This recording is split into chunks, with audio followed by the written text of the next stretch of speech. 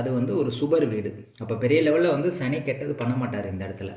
சரி, சனியை மட்டும் கவனிச்சா போதுமா அப்படின்னு பார்த்தா, குரு அந்த வீட்டு அதிபதி யார்? குரு. அந்த குருவையும் கவனிக்கணும். இப்போ தனுசு ராசியில் சனி இருக்குது.